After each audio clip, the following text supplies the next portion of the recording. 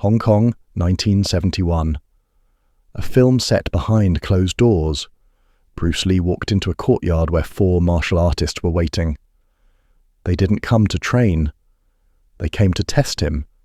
Cameras were rolling, not for a movie, but because no one thought it would actually happen. What the lens captured lasted less than 15 seconds. When it ended, 3 men were on the ground. One was holding his ribs. No one was unconscious. No one was bleeding. But every single one of them refused to get back up. The director stopped the shoot. The crew went silent. And for the next 2 years, that footage was locked away. Not because it was too violent, but because what Bruce Lee did didn't look possible. So, what actually happened in those 15 seconds? And why do the men who were there still refuse to explain it? The Golden Harvest Studio Lot, Kowloon, Hong Kong. January 1971. A stone-walled courtyard that had been used for dozens of fight scenes. Weathered blocks stacked 15 feet high, folding chairs scattered near the edges, camera equipment resting on wooden crates. But on this particular afternoon, the crew wasn't setting up a movie. They were setting up cameras for something else entirely. Bruce Lee had been shooting The Big Boss for 3 weeks, his first major film role in years. Every morning, he arrived before sunrise. He stretched, he shadowboxed, he reviewed choreography with the stunt team. The crew had watched him choreograph fights, direct movements, adjust camera angles down to the millimeter. They had seen him demonstrate techniques, slow, controlled, explaining each principle. But they hadn't seen him actually fight. Not once. Not against resistance. Not at full speed. Not with intent. And in Hong Kong, that mattered. Because word had been spreading through the martial arts community for months. Bruce Lee, the man who claimed to have created his own system, the man who said traditional styles were too rigid, too theoretical, too bound by ritual, the man who had left Wing Chun, dismissed competition rules, challenged established masters in private matches. Some believed him. Students who had trained with him spoke of his speed, his precision, his understanding of mechanics. Many didn't. To them, he was a film actor, a choreographer, someone who made fighting look good for cameras. But real fighting? Actual combat against trained opponents? That was different. And 4 of those who didn't believe arrived on set that day. No one had invited them. No one had scheduled a demonstration. They didn't announce themselves at the gate or speak to the production assistant. They simply walked through the studio entrance, past the equipment trucks and into the courtyard. The assistant director saw them first. 4 men in dark trousers and plain shirts, different ages, different builds. But the way they moved, centered, grounded, aware, made it clear. These weren't extras. These weren't crew members. These were martial artists. The crew went quiet. Someone turned off the generator, powering the lights. In the sudden silence, the 4 men removed their jackets, folded them, and placed them on the ground. Then they stood in a line, facing the center of the courtyard. Bruce Lee was reviewing a scene breakdown with the director when someone tapped his shoulder. He looked up, saw the 4 men. No surprise registered on his face, no frustration, no tension. He stood slowly and walked toward them, stopped about 10 feet away. The oldest of the 4 stepped forward and spoke in Cantonese. The translator standing nearby later said the man asked, "Are you willing to show us what you actually know?" Lee didn't answer immediately. He looked at each man, then at the crew, then at the camera operator sitting beside the main camera rig. The operator, a man named Chen, had been filming martial arts demonstrations for 8 years. Lee turned back to the 4 men and said 6 words in English, loud enough for the crew to hear. "Keep the camera running. Don't stop." Chen's hands moved to the camera before he consciously decided to. He checked the film reel, adjusted the focus, positioned the lens toward the center of the courtyard. But why did Lee want it filmed? What was he planning to do that required proof? Why did the 4 men smile when he gave that instruction? And why did Chen later say his finger was already on the record button before Lee even finished speaking? The oldest of the 4 men was named Wong, 43 years old, Hung Gar practitioner. thick forearms built from years of iron ring training, low, rooted stance, 22 years under a master who had fought in Lei Tai matches across Guangdong. The second man studied Choi Li Fut. Taller, leaner, fast hands shaped by wooden dummy drills and sparring sessions that left knuckles scarred. His teacher had never lost a challenge match. Not once in 17 years. The third and fourth were younger, both in their mid-20s. Wing Chun students from the same school Bruce Lee had trained at as a teenager. The same school he had left. The same lineage he had publicly criticized. They hadn't come to hurt him. That wasn't the point. They came to expose him. Because in Hong Kong's traditional martial arts community, there was a structure, a hierarchy that had existed for generations. You earned your place through lineage, through learning from a recognized master who had learned from his master before him. You proved yourself through forms, applications, sparring within your school, and sometimes challenge matches. Private, witnessed, recorded in the memories of those who were there. Bruce Lee had broken that structure. He had trained in Wing Chun, yes, but he had left before completing the system. He had gone to America, taught non-Chinese students, mixed techniques from different styles. And then, most offensive of all, he had claimed to create his own method. Called it Jeet Kune Do, the way of the intercepting fist. He said it had no fixed forms, no rigid techniques, no classical patterns. He said traditional martial arts were organized despair, that they trained students to fight opponents who didn't exist. To the four men standing in that courtyard, that wasn't philosophy. It was disrespect. The film crew stood frozen along the edges of the courtyard. No one knew what to do. This wasn't in the shooting schedule. This wasn't a choreographed scene. The director, a man named Lo Wei, stepped forward. He tried to mediate in Cantonese, hands raised, voice calm. Suggested they could arrange a proper demonstration another day, with referees, with structure. Bruce Lee raised one hand. Not aggressive, not dismissive. Just a gesture that said, "I'll handle this." Lo Wei stopped talking. Lee turned to the four men and spoke in Cantonese. His tone was even, no challenge in it, no mockery. The translator, a young assistant named Maylin, later wrote down what she heard. "Do you want to test my teaching or test me?" The distinction mattered. Testing his teaching meant sparring, controlled, technical, a demonstration of principles. Testing him meant something else. Wong, the Hung Gar practitioner, stepped forward. He looked at Lee for a long moment, then answered in Cantonese. Both. Lee nodded. No hesitation, no argument. He walked to the nearest chair, removed his shirt, folded it carefully and placed it on the seat. Not because he was showing off, not to intimidate, but because he wanted them to see his structure, his alignment, the mechanics of what he was about to do. He walked back to the center of the courtyard, barefoot on the worn stone, hands relaxed at his sides. He looked at the four men and said, in English first, then Cantonese, "Come together, or one at a time, your choice." The crew went completely silent. Even the distant sound of traffic outside the studio walls seemed to fade. The four men looked at each other. Some unspoken communication passed between them. Then they began to spread out, slowly, deliberately, positioning themselves at 4 points around Lee. North, south, east, west, flanking him from every angle. Chen, the camera operator, zoomed in on Lee's face. No anger, no tension in the jaw, no adrenaline in the eyes. Just focus. Calm, present, aware. So why did Lee give them the choice to attack together? What advantage was he giving away by standing in the center? Why did Wong, the oldest and most experienced, position himself directly in front instead of behind? And why did the youngest Wing Chun student, the one on Lee's left, take a half step back before it even started? Wong moved first. The Hung Gar practitioner.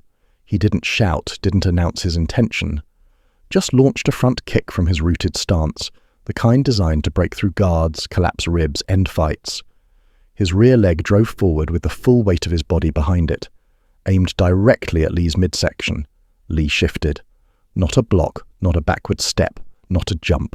Just repositioned, 6 inches to the left.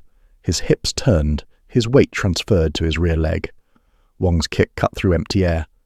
And in the same motion, so fast Chen almost missed it on camera, Lee's hand touched the man's shin. Not a grab, not a strike. A redirect. Barely any pressure, just a change of angle. Wong's momentum carried him forward, off balance. His kick, designed to anchor him after impact, found nothing. His planted foot slipped. He fell forward, caught himself with both palms on the stone. The Choi Lee foot fighter came from the right. He had been waiting for Wong's kick to land, planning to follow with a circular punch while Lee was recovering. But Lee wasn't recovering. The punch came anyway, fast, trained, committed. A wide hook aimed at Lee's temple. Lee didn't move his feet. He turned his waist, dropped his shoulder 2 inches, and slipped under the arc of the punch. The man's fist passed over Lee's head, and Lee's palm pressed against the man's solar plexus. Not a strike. A push. But the timing, the exact moment of the man's exhale, his weight shifting forward into the missed punch, made it devastating. The Choi Lee foot fighter's breath exploded out. He staggered backward 3 steps, sat down hard, clutching his chest. Not unconscious, not injured, just unable to breathe. The 2 Wing Chun students came together, both from behind. Chain punches, the signature technique of their system. Rapid, vertical strikes designed to overwhelm centerline defense. Lee spun, low, tight. His rear leg swept in a low arc. It didn't hit their legs. It passed just behind their lead feet, close enough that both men instinctively shifted their weight backward to avoid it. And the moment they did, Lee rose. His hands, both of them, intercepted their punches mid-chain, not blocking the fists, redirecting at the wrists. One hand guided the first student's punch past his own shoulder. The other guided the second student's punch into his partner. The 2 Wing Chun students collided, shoulder to shoulder. Off balance. Lee's foot hooked behind the nearest student's ankle. A light pull. Both men went down in a tangle of limbs. Wong, the Hung Gar practitioner, had recovered. He came again. Furious now, pride wounded. A low tiger claw strike aimed at Lee's knee. Illegal in most matches, designed to cripple. Lee lifted his leg. Not high, just enough. Wong's hand passed underneath, and Lee's heel came down on the man's extended wrist. Not a stomp, not enough force to break, just enough to pin it to the ground. Wong's face pressed against the stone, his arm trapped. Lee held him there for exactly 2 seconds, then stepped off, backed away to the center of the courtyard. Hands at his sides again, breathing steady. Wong pushed himself up slowly. The Choi Lee foot fighter was still sitting, massaging his chest. The 2 Wing Chun students had separated, sitting cross-legged, staring at the ground. None of them were unconscious. None of them were bleeding, but every single one of them stayed down. Chen's hands were shaking on the camera. The entire crew stood frozen. Lo Wei, the director, looked at his watch later. He said the whole thing took 15 seconds. Start to finish. 15 seconds. Lee stood in the center of the courtyard, silent, waiting to see if they would stand. They didn't. So what had just happened? Why did none of the 4 men get back up? What did Lee do that made trained fighters, men with decades of experience, choose to stay on the ground? And why did Chen keep the camera rolling for another 30 seconds, even though nothing else happened? Chen didn't turn off the camera. Not immediately. He kept filming as Bruce Lee stood in the center of the courtyard watching the 4 men. Kept filming as Wong slowly rose to his feet, retrieved his jacket and walked toward the gate. Kept filming as the 2 Wing Chun students helped each other up and followed. Kept filming as the Choi Lee foot fighter finally caught his breath, nodded once toward Lee and left without a word. The crew remained silent until all 4 men were gone. Then someone exhaled. Then someone else laughed, not from humor, but from released tension. Lo Wei walked up to Lee and asked in Cantonese, "What do you want us to do with the film?" Lee looked at Chen, then back at the director. "Develop it, keep it, don't release it." That night, in the small editing room adjacent to the studio, Chen developed the reel. Lo Wei was there, the assistant director, Mei Lin, the translator, 2 stunt coordinators. 6 people total. They watched it once at normal speed. 15 seconds of movement, then stillness. Someone said, "Run it again." They watched it 3 more times, then Chen slowed it down, frame by frame. And that's when they saw it. Wong's kick, powerful, committed, trained, didn't miss because Lee was fast. It missed because Lee moved before Wong fully extended. He read the weight shift, the hip rotation, the setup. By the time the kick launched, Lee was already gone. The redirect on Wong's shin wasn't a technique. It was a prediction. Lee's hand arrived at the exact moment and angle to turn Wong's power against his own balance. The Choi Lee Foot fighter's punch was fast. In real time, it looked like Lee slipped it by reflex. But frame by frame, they saw Lee's weight shift a fraction of a second before the punch came. He wasn't reacting. He was already moving into the void the punch would create. And the push to the solar plexus, at what looked like a simple shove, landed at the precise moment of the man's exhale. The timing collapsed his diaphragm, not from force, from accuracy. The 2 Wing Chun students' chain punches, 8 punches total between them in less than 2 seconds. Lee's hands didn't block a single one. They intercepted at the wrists, redirected each punch a few degrees off-center, just enough that the students' own forward momentum carried them into each other. Chen paused the film on one frame.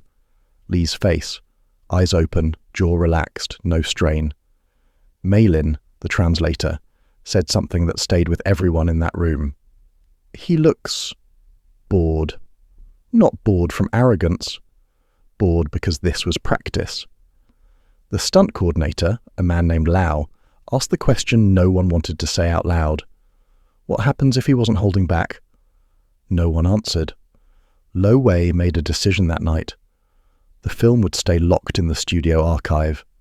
Not because it was too violent, not because it would damage anyone's reputation, but because releasing it would create problems they couldn't predict. Challenge after challenge, fighter after fighter. People who would see the footage and think, I can do better. People who would come to prove themselves.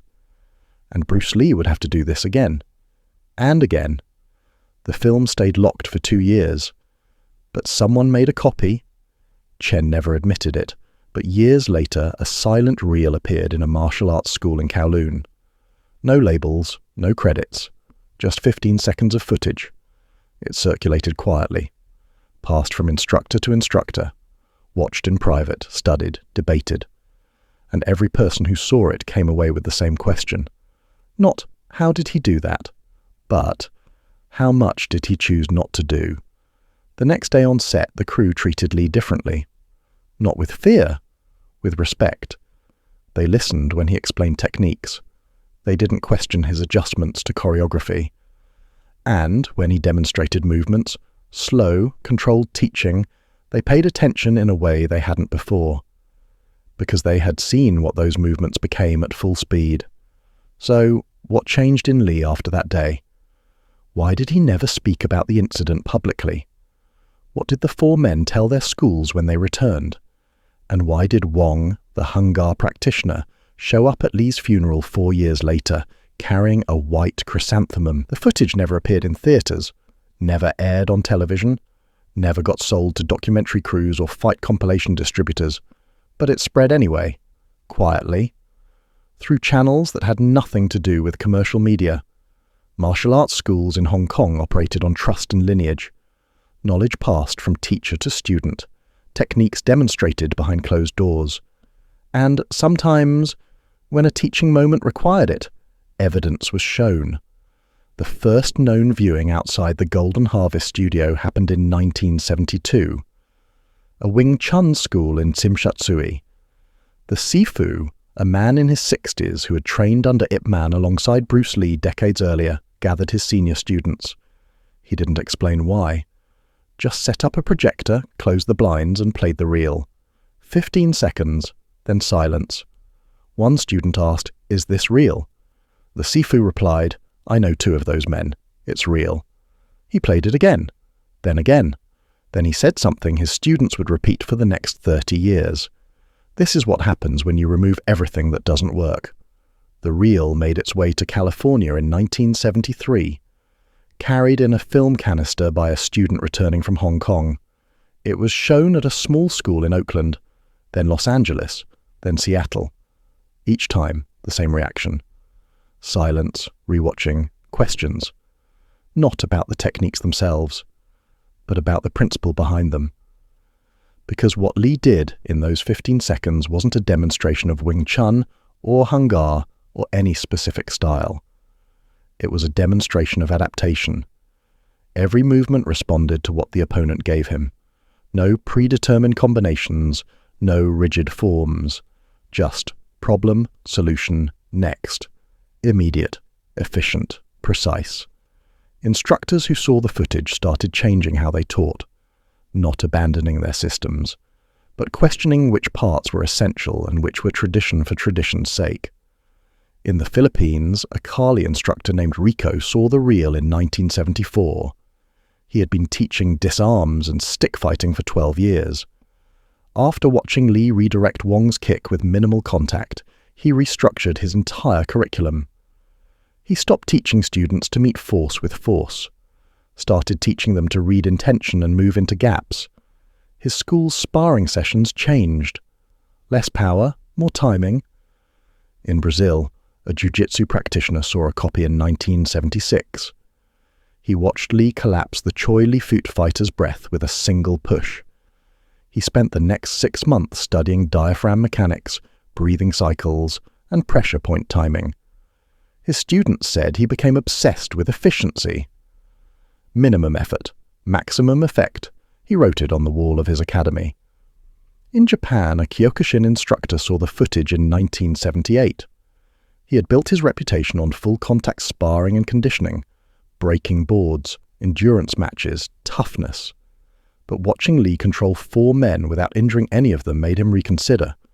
He added a new training module, restraint under pressure, teaching his students not just how to hit harder, but when not to. The footage became a reference point, not as entertainment, as evidence. Evidence that real combat wasn't about style versus style.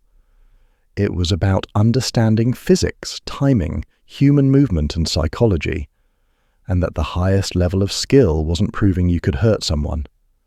It was proving you didn't need to. By 1980, most serious martial artists in the major cities had heard of the courtyard footage. Some had seen it, most hadn't, but everyone knew the story. 4 men, 15 seconds, no one injured, no one wanted to continue. It became a benchmark. When a student claimed to understand real fighting, instructors would ask, "Can you do what Lee did? Control without destruction?" Very few could. Bruce Lee died in 1973, 2 years after the courtyard incident. He never spoke about it publicly, never mentioned it in interviews, never used it to promote himself or his system. But the lesson spread anyway. Through the footage, through the witnesses, through the students who studied it frame by frame. So why did this one moment, 15 seconds never intended for public viewing, become more influential than dozens of his filmed fights? What made it more valuable than choreography, demonstrations, or tournament wins? Why do instructors still show it to advanced students today? And what did Bruce Lee understand about real martial skill that made him never want this footage released? 2003. A martial arts seminar in Los Angeles. A man in his 70s sat in the back row. His name was Chen, the camera operator from 1971. He had retired years earlier, moved to California, rarely attended public events. But the seminar topic brought him out, the evolution of Jeet Kune Do. During the Q&A session, a young instructor asked the panel, "What's the most important thing Bruce Lee wanted people to understand?" The panel gave thoughtful answers: efficiency, directness, simplicity, freedom from classical forms. Then someone in the audience noticed Chen, recognized him from old film credits, asked if he had anything to add. Chen stood slowly, spoke in accented English. I filmed him for 3 years, watched him teach, demonstrate, choreograph, but I only saw him fight once. The room went quiet. It lasted 15 seconds, 4 men, no one got hurt. Afterward, someone asked him why he held back. He said, "I didn't hold back. I just didn't need to go further." Chen paused. That was the lesson, not how much you can do, how little you need to. He sat down. The seminar continued, but several attendees approached Chen afterward, asked about the footage. He told them it still existed, locked in a private collection in Hong Kong, the Golden Harvest Archive, never digitized, never released. One person asked, "Why not share it now? He's been gone 30 years. Chen shook his head. Because it would be misunderstood. People would watch it and see a fight. But it wasn't a fight. It was a teaching moment that happened to be filmed. 2011. Wong, the Hung Gar practitioner from the courtyard, gave his only interview about the incident. He was 79 years old, bedridden from a stroke. A documentary crew researching Bruce Lee's Hong Kong years found him. They asked what happened that day. Wong was silent for almost a minute. Then he said in Cantonese, "I came to prove he was a fraud. I left knowing I had been training incorrectly for 20 years. The interviewer pressed, "What did he do that changed your mind?" Wong closed his eyes. "He didn't hurt me. He could have, easily. But he chose to show me my mistake instead. When I tried to kick him, he moved my leg a few inches. Just enough. I fell because my structure was wrong, not because he beat me. That's when I understood. He wasn't fighting me. He was teaching me." Wong died 3 months after that interview. At his funeral, his senior student mentioned that Wong had changed his teaching entirely after 1971, stopped emphasizing power, started emphasizing balance, structure, and efficiency. He said Bruce Lee taught him more in 15 seconds than some teachers do in 15 years. 2018. A Reddit thread appeared. Does the Bruce Lee courtyard footage actually exist? Hundreds of comments. Some claimed it was a myth. Others swore their instructors had seen it. One comment from a user with no post history said, "My Sifu showed it to me in 1979. It's real, and if you ever see it, you'll understand why it was never released." Not because it's violent, because it makes every movie fight look fake. And it makes you question everything you think fighting is. Today, the footage remains locked away. Chen passed away in 2009. Lo Wei, the director, died in 1996. Mei Lin, the translator, stopped giving interviews in 2005. The witnesses are almost all gone. But the story remains, passed from instructor to student, whispered in dojos and kwuns and academies around the world. 4 men, 15 seconds, Stone Courtyard, 1971. No one seriously injured. No one willing to continue, not because they couldn't, but because they understood. The lesson wasn't about Bruce Lee's skill. It was about the space between ability and application, between what you can do and what you choose to do, between proving a point and making one. And that lesson, more than any film, any book, any choreographed fight scene, is what remains. So, what would happen if the footage was finally released today? Would it change how people understand martial arts? Or would it be dismissed as just another old film reel? And why do the few people who've seen it refuse to describe it in detail?